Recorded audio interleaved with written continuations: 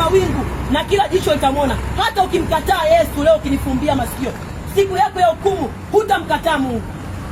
Ikifika siku yako ya kifo hutakataa mauti. Yesu anakupenda, ndio maana amenileta mahali hapa nikaongea hizi habari njema, habari za ufufuo, habari za ushindi, habari za maisha katika Yesu.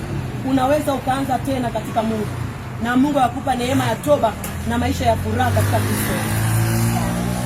Fanya maamuzi kwa ajili yako, usifanye maamuzi kwa ajili ya watu wengine.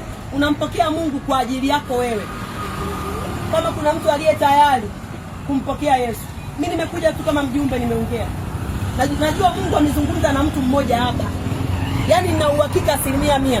Neno la Mungu alijaenda bure. Kuna mtu amelisikia na litazaa katika jina la Yesu.